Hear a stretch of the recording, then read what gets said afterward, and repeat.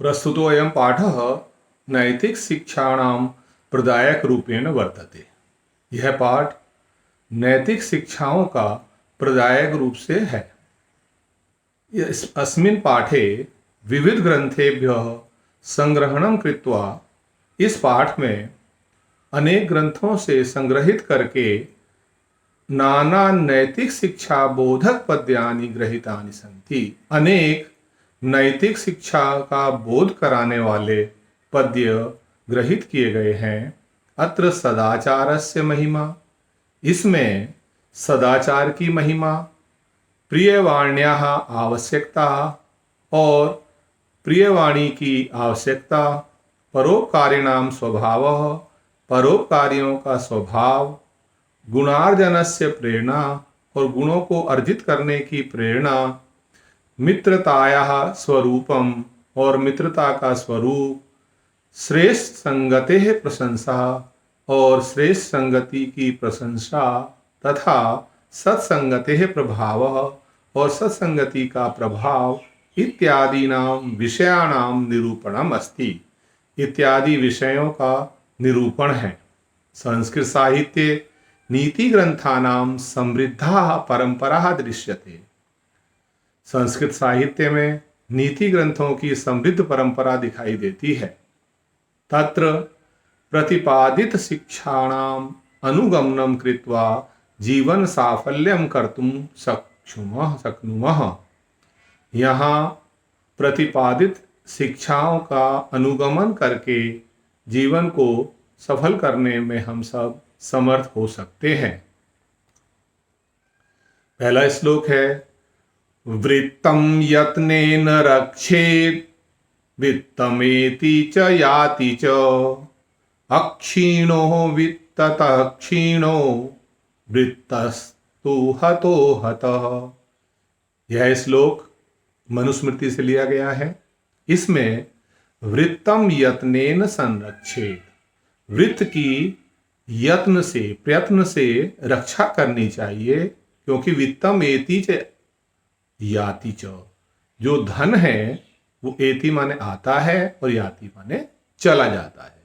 जो धन है उसकी हमें प्रयत्न करके रक्षा करनी चाहिए, क्योंकि धन आता है और चला जाता है।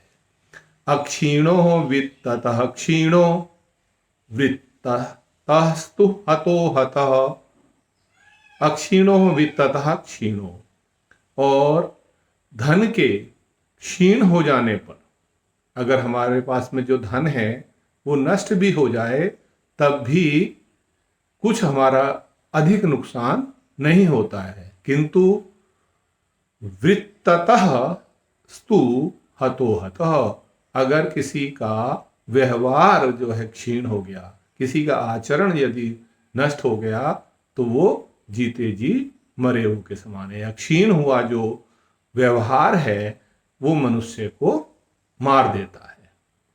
फिर एक बार बताता हूँ कि हमें धन की प्रयत्न करके रक्षा करनी चाहिए, क्योंकि धन आता है और चला जाता है। धन को बचाने के लिए हमें अधिक प्रयत्न करने की आवश्यकता नहीं है। धन तो हाथ का मैल है, आज हमारे पास है, कल किसी और के पास चला जाएगा। किंतु अगर हमने अपने व्यवहार की, अपने आचरण की रक्षा नहीं की, अगर हमारा आचरण नष्ट हो गया तो वह हमें मार देता है। अगला श्लोक है, श्रूयतां धर्म सर्वस्वं श्रुत्वा चैवावधार्यताम्, आत्मनः प्रतिकूलानि परेषां न समाचरेत्। यह श्लोक विदुर नीति से लिया गया है। श्रूयताम धर्म सर्वस्वम, सबके धर्म को सुनना चाहिए। जो भी धर्म का सर्वस्व है उसको ध्यान से सुनना चाहिए।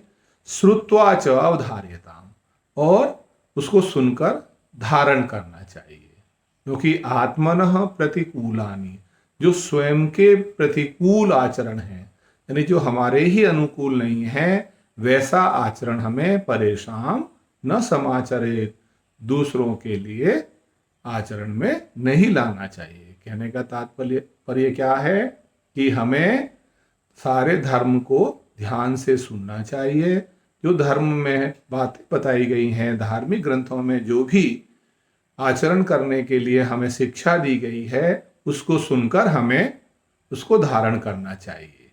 और उसके जो विपरीत कार्य हैं, उसके जो विपरीत आचरण हैं, वो हमें दूसरों के लिए नहीं करने चाहिए। अर्थात हमें धर्म के रास्ते पर ही चलना चाहिए। प्रिय वाक्य प्रदानेन सर्वे तुष्यन्ति जन्तवः तस्मात् तदेव वक्तव्यं वचने का दरिद्रता। प्रिय वाक्य प्रदानेन सर्वे तुष्यन्ति जन्तवः तस्मात् तदेव वक्तव्यं वचने का दरिद्रता। यह श्लोक चाणक्य नीति से लिया गया है। इसमें कहा गया है कि प्रिय वाक्य प्रदानेन, प्रिय वाक्य प्रदान करने से अर्थात मीठा बोलने से, अच्छी बातें बोलने से सर्वे जंतवः तुष्यन्ति, सारे जो जंतु हैं, सारे जो प्राणी हैं, वो संतुष्ट हो जाते हैं। इसलिए तस्मात् तदेव वक्तव्यम, उस कारण से हमें प्रिय वाक्य ही बोलने चाहिए। वचने का दरिद्रता, हमें बोलने में काहे की कंजूसी दिखानी, काहे की गरीबी दिखानी। जब हमें यह पता है कि प्रिय बोलने से प्रत्येक प्राणी संतुष्ट हो जाता है, तो हमें उसे बोलने में संकोच नहीं करना चाहिए, अपितु सदैव प्रिय वाक्य ही बोलने चाहिए। अगला श्लोक है, पिबन्ति नद्य स्वयमेव नाम्भ स्वयं न खादन्ति फलानि वृक्षा नादन्ति सस्यं खलु वारिवाः परोपकाराय सतां विभूतयः। यह श्लोक सुभाषित रत्न भंडार से लिया गया है। इसका अर्थ इस प्रकार है, पिबन्ति नद्यः स्वयमेव नाम्भः, नद्यः स्वयमेव न अम्भः पिबन्ति। जो नदियां हैं वो स्वयं कभी भी पानी नहीं पीती हैं। अर्थात नदियां जो बहती हैं वो स्वयं पीने के लिए नहीं बहती है, स्वयं नहीं पीती हैं कभी भी जल को। ऐसे ही स्वयं न खादन्ति फलानि वृक्षा, और जो वृक्ष हैं वो कभी भी अपने फल नहीं खाते हैं। नादन्ति सस्यं खलु वारिवाः, और जो वारिवाह हैं, जो बादल हैं, वो सस्य को देने के लिए, धन धान्य को देने के लिए ही बरसते हैं, ना कि सस्य को लेने के लिए। परोपकाराय सतां विभूतय, जितने भी सज्जन पुरुष हैं उनकी जो विभूतियां, जितने भी सज्जन पुरुष हुए हैं, उनका जीवन परोपकार के लिए ही रहा है। दोबारा इसका अर्थ बता रहा हूं कि नदियां स्वयं कभी भी जल नहीं पीती हैं, ना ही वृक्ष कभी स्वयं फल खाते हैं, और ना ही बादल जो है अन्न ग्रहण करते हैं। ऐसे ही जो सज्जन मनुष्य होते हैं वो भी दूसरों के लिए ही अपना जीवन जीते हैं। अगला श्लोक मृच्छकटिक से लिया गया है, गुणेषु एव हि कर्तव्यः प्रयत्नः पुरुषैः सदा गुणयुक्तो दरिद्रोऽपि नैश्वरे अगुणैः समः। गुणेषु एव हि कर्तव्यः प्रयत्नः पुरुषैः सदा, पुरुषों के द्वारा हमेशा गुणों को लेने के लिए ही, गुणों को ग्रहण करने के लिए ही प्रयत्न करना चाहिए। क्योंकि गुणयुक्तो दरिद्रोपि, जो गुण युक्त दरिद्र भी, गुणों से युक्त जो गरीब भी, न ईश्वर ही अगुण ही समः, जो ऐश्वर्यशाली जो अवगुणी व्यक्ति हैं उनके समान नहीं हो सकता है। अर्थात जो गुण युक्त व्यक्ति है वो दरिद्र होते हुए भी सम्माननीय होता है। अगला श्लोक है, आरंभ गुर्वीक्षिणी क्रमेण लघवी पुरा वृद्धिमती च पश्चात् दिनस्य पूर्वार्ध परार्ध भिन्ना छायेव मैत्री खल सज्जनानाम। यह श्लोक नीति शतक से लिया गया है। इसमें कहा गया है कि जो मित्रता है वो छाया के समान होती है।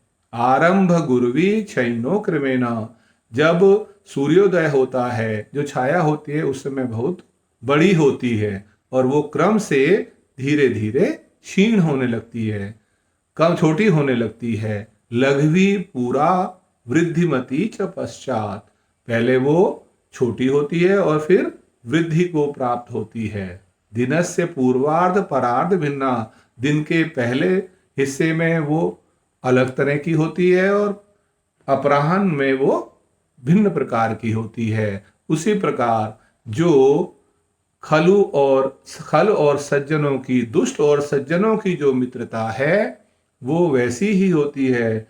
जो दुष्ट मनुष्य होते हैं उनकी मित्रता पहले तो बहुत अच्छी गंभीर बड़ी होती है, किंतु धीरे धीरे वो क्षीण होने लगती है। और जो सज्जन व्यक्ति होते हैं उनकी जो मित्रता होती है वो पहले छोटी होती है और फिर धीरे धीरे वृद्धि को प्राप्त होती है। इसलिए हमें सज्जनों से ही मित्रता करनी चाहिए। अगला श्लोक है जो भामिनी विलास से लिया गया है। यत्रापि कुत्रापि गता भवेयु हंसा महीमण्डलमण्डनाय हानिस्तु तेषां हि सरोवराणां येषां मरालैः सह प्रयोगः। यत्रापि कुत्रापि गता भवेयु, जहाँ कहीं भी आप गए हुए हैं। ये जो हंस हैं, श्रेष्ठ व्यक्ति जो होते हैं वो कहीं भी गए हुए हों या कहीं चले जाते हैं। जैसे हंसा महिमंडल मंडलाय, जो हंस होते हैं वो हंसों का जो समूह है वो पृथ्वी की शोभा बढ़ाने के लिए होता है। क्योंकि जैसे तेषाम सरोवराणाम हानि, उन सरोवरों की हानि है।